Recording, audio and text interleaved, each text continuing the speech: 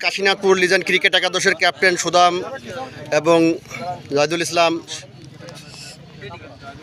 Shahidnagar cricket একাদশের toss নামের ভাগ্য পরীক্ষা কে জয়লাভ করলো?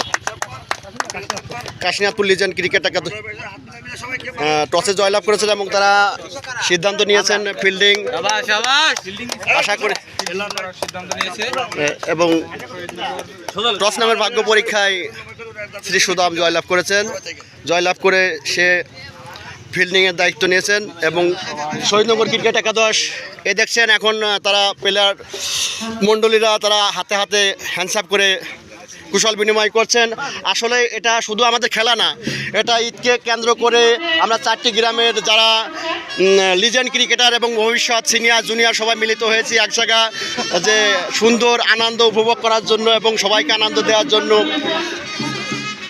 দেখছেন এটাই হচ্ছে ক্রিকেটের একটা বৈষম্য, এটাই হচ্ছে ক্রিকেটের একটা